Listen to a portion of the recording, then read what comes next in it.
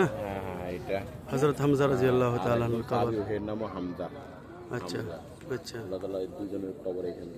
এরা আচ্ছা। আর এখানে 68 জনের কবর ওই জায়গায়। ওইদিকে তাই তো। হ্যাঁ, 68 জনের কবর ওইখানে। আচ্ছা আচ্ছা। এটা একসাথে ঘন কবর আর কি। হুম, আর এখানে আপনার এটা ফেরেশতারা, এটা তো ওইটা আগে হয়েছে জানাজা দুনিয়াতে, আর এটা আসমানের থেকে ফেরেশতা এসে জানাজা করতে। ফেরেশতারা এসে। আচ্ছা এটা তো এদের অস্তিত্ব পায়নি। প্রথম আর কি। এর পরবর্তীতে পাইতে আর কি।